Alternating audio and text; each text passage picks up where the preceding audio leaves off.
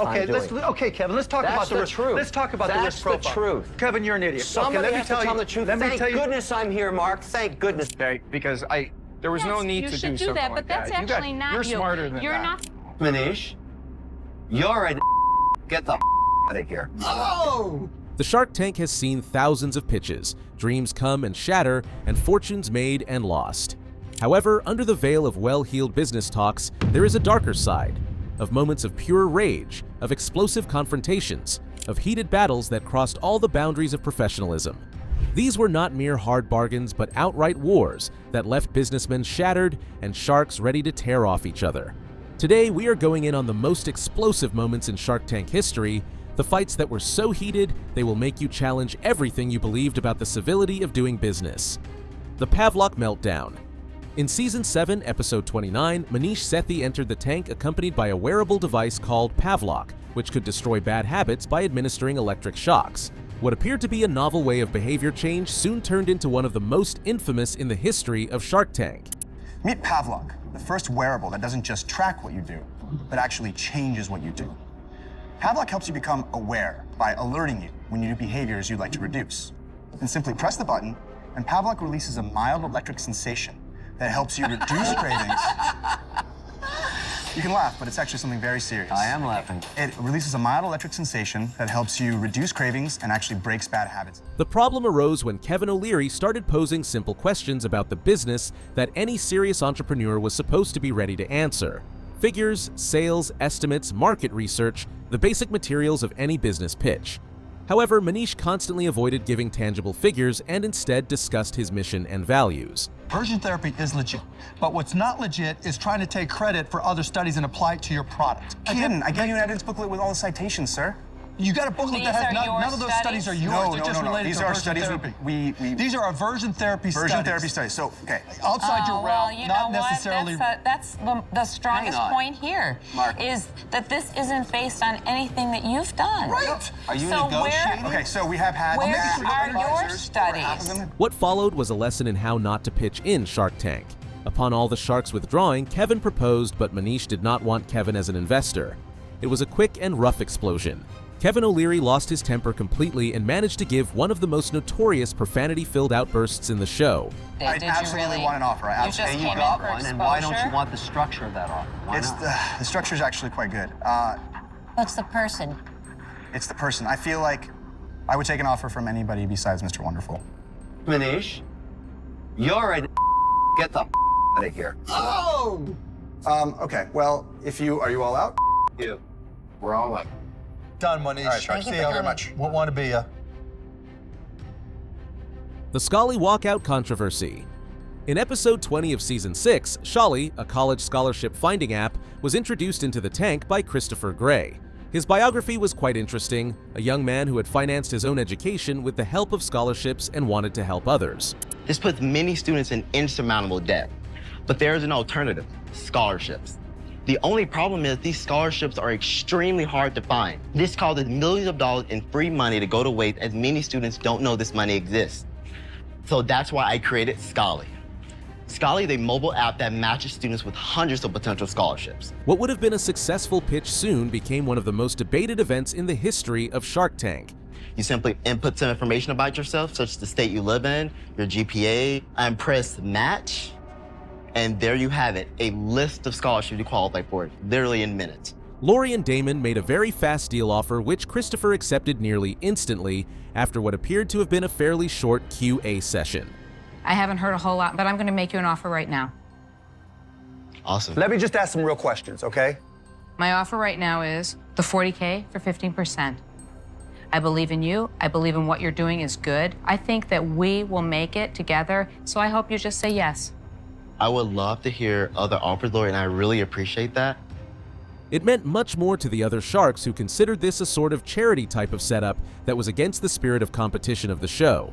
I'm a very charitable guy, Sometimes it's too. about helping America and making the Is it a world a better charity? place. Lori, that is such crap. No, it is not crap. We are not the charity tank. No, We're we are not here not to the give it charity up. tank. That's not charity, But you Robert. know what? That's not charity. Really? How does it And work? How are you going to grow that business? What's the execution plan? Do you know what we're going to do? We're going to We're gonna grow grow the business. Trust me on this. people, What, we're gonna figure it getting out? education. Yes, we're gonna figure it out. America, come That's to the right. tank. We're going to give you money. Oh, because you we- didn't invest in anybody else who's gonna figure it out. It was not just a debate concerning this specific deal, but became more of a philosophical fight as to what the show was. It finally came to a head when the feuding sharks literally struck out in protest, literally walking off the set. Come on, If you're Lori, that's truly trying to help the ridiculous. guy, if you're truly trying to help the guy, what I want to do is ask him questions. This is all He started sour talking grapes. about an algorithm. What do you know It's about all algorithms? sour grapes. It's not sour grapes. You know what? You're really pissing me off right now. I'm going to say something rude to you. No, and I don't don't. want to say something Because rude to you. you're not a rude so I'm just guy. going to go. Okay? Because there was no Yes, need you to should do do something that, like but that's that. actually not You're you. smarter than You're that. not the guy to walk away and walk off. Yes, we're the Shark Tank. We're not the charity tank. But sometimes there's a point to being compassionate and caring I about don't think things it's that $100,000. matter. Run out there and Things change it to that $100,000. matter. Education and scholarship is important. He already died because you choked him on the Oh my 40,000. God. You want to help all these kids You and know send a what I message. feel Be really good compassionate. about what I did. Let's go. Damon, do you? I feel great. We feel great. The Tor technology takedown. In Season 8, Episode 8, the Tor founders entered the tank with what they considered to be revolutionary smart lock technology. As you know, buying a home should be fun and exciting, especially for touring with Barbara. But for the rest of us, not so much. It's time-consuming and frustrating. However, this standard presentation was to be anything but a standard performance with guest shark Chris Sacca in attendance. Sacca, with his technological background and at times hostile demeanor, was about to prove that there are times when even the worst guests of the Sharks make an impression worth remembering. Imagine you're driving down the street, trying to look for that perfect property, and you spot one. Now what?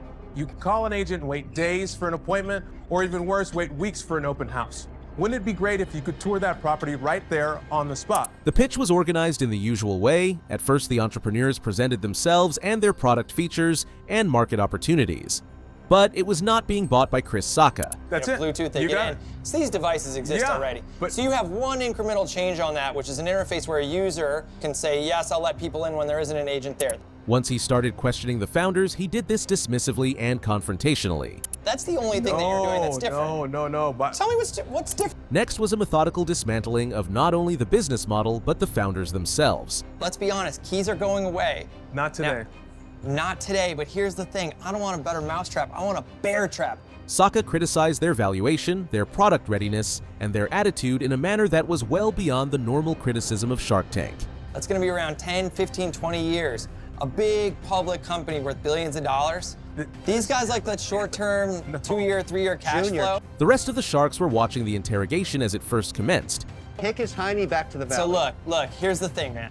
Prove me wrong, make me pay 10 times more for it next year, but today, I'm out.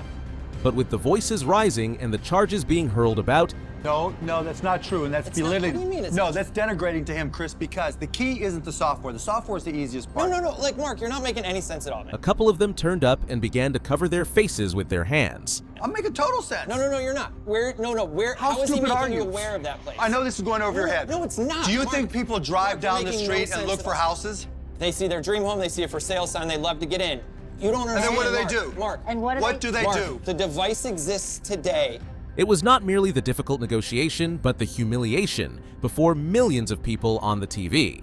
It lets you in by Bluetooth Not from in your that phone. circumstance. It can Not let- in that circumstance. With no. one new line of code, it can let in anyone. So in your example, I drive by and I want in now, right now. Yep. Right now. Who do I call? So you ping in the no, look. With the existing, Exactly. hold on, watch. Exactly. Shut up and listen.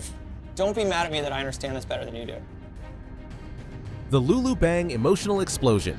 In Season 8, Episode 6, Joyce stepped into the tank with Lulu Bang BBQ sauce, but with her, she had more than a product of food. She had a tale of family tragedy that would divide the Sharks into warring groups. This was not merely a business venture because her pitch started with the emotional story of how the recipe of the sauce was given to her by her late relatives.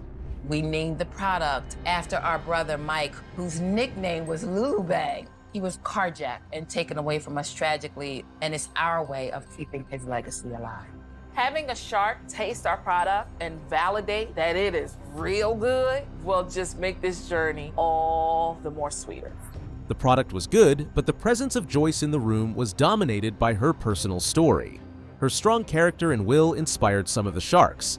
Kevin O'Leary, however, viewed it in a different way. As his character of Mr. Wonderful would imply, he was interested only in the business side of things, and the emotional aspects of it were dismissed. In the 3 months since you started, how much have you sold?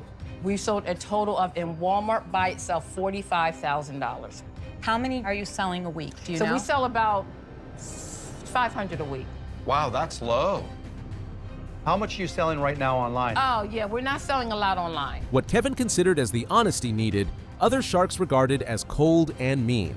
The split among the tank members was noticed immediately, with sharks split between those that thought emotion and story were important and those who demanded cold business thinking. My whole point about these dialogues we're having with these people with all this glowing encouragement is you're not giving them the real risk profile of what they're spending their time doing. Okay, Kevin, let's talk about the risk. Truth. Let's talk about the risk profile. That's the truth. Kevin, you're an idiot. Somebody okay, let has me tell to tell you the truth. Let me Thank tell you. goodness I'm here, Mark. Thank goodness So I'm Kevin, here. Kevin, Because do you think all this maybe glowing stuff, that means the 3 of them spend the next 2 years trying to sell a hot sauce? The confrontation grew fast, with the sharks vindicating their conflicting philosophies. It was no longer just about Lulu Bang anymore, but it was a struggle over the essence of entrepreneurship itself. The stress was so great that there were real threats of the sharks walking off the set. There is no such thing as an easy business. Order in the tank. But there are some businesses that are born in hell, and this is one of them. I would rather work 80 hours a week to make $50K and work for myself than have a $75,000, $100,000 job working for somebody else. If you guys loved it so much, how come not a dime from any of you? It's not her one business. Dime. It's her Just business. this kumbaya you keep going gave stuff. good excuses. We didn't sit Good here going excuses. kumbaya. I told them the truth. I didn't have to give them an excuse. The Bright Wheel Alpha Male Showdown. In Season 7, Episode 26, Dave Vossen entered the tank with Bright Wheel. So let's jump in and take a look at how Bright Wheel works. So with Bright Wheel, teachers can easily check kids in from the mobile app. They can log activities and assessments during the day. They can send quick updates. And they can even manage their business, all in one place. An early education app that assists childcare providers to run their businesses. What he did not expect was that his pitch would turn into the ground zero. And we're just seeing an amazing amount of photos every single day on Bright Wheel. And this is the reason. You take it, you tag it, and you are absolutely done. Of one of the ego-driven confrontations in the history of Shark Tank. And now we're gonna look at the teacher app. So this is the teacher's room, and we're gonna click on activities at the bottom here. And this is all being done on paper today. The presentation was prepared successfully, there were good metrics and definite market necessity. Mark Cuban and guest shark Chris Sacca both quickly saw the potential and had to position themselves to be at the front of the deal. A healthy competition soon became much more personal and in your face. That is an amazing offer. Do you have any desire to team up with other sharks? So if I'm looking at the other sharks and I'm going to let them into my deal, I have to be convinced that the piece of the deal I have left is going to be worth more as a result of that, yeah. And with your company, I'm not convinced of that. If we're selling T-shirts or we need something at Bed Bath & Beyond, I got people lined up over here. That translates as you guys are losers. I don't want to get in the middle of anything. You tell me, what do you think you need from the rest of the line here? Are you serious? The competition between Cuban and Sacca became not the rivalry of professional skills, but the performance of alpha males. They both tried to outmaneuver each other using more violent methods, raising their voices and giving each other pointed personal hits. It holds a lot of street cred in his little part of the world. Once you get outside of that little bubble called Silicon Valley, it doesn't mean. As far as I know, If you want to create a brand value so that somebody who's working in Texas, Pittsburgh, Maine, Florida, and wants to have an extra level of confidence to say, you know what, This took a turn for the worse when the two billionaires declined to relent, and what was expected to be a simple negotiation exercise became a battle of ego between the two men of testosterone. Their interruptions had become more frequent and more inimitable. The Bohana Shark Warfare. In Season 11, Episode 16, the Bohana's founder entered the tank with her water lily seed snack. I'd like to introduce you to Bohana, a delicious and nutritious snack made out of popped water lily seeds.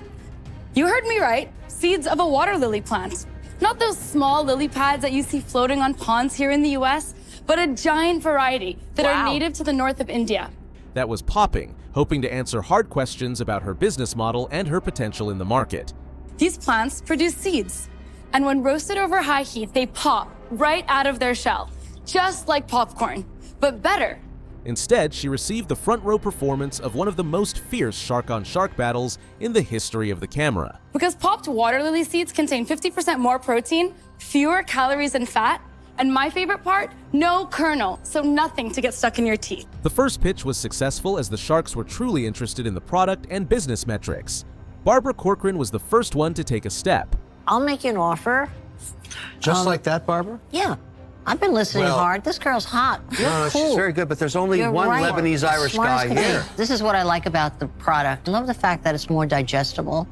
No choking aspect I like. And her offer appeared to be simple and reasonable. It's more filling than popcorn. I've been sitting here eating it, and I feel like every kernel I eat is probably 3 times more filling than popcorn, so I think I'd eat less of it for a healthy snack. However, Kevin O'Leary thought otherwise. I had such good luck with a brother and sister here on their business named Pipcorn, and they have $12 million in sales, 3,500 stores. They would help you with whatever you need because they're about 3-4 years ahead of you, okay? As usual, in true negotiation style, Kevin immediately undermined Barbara by proposing a loan equity package, which he framed as better.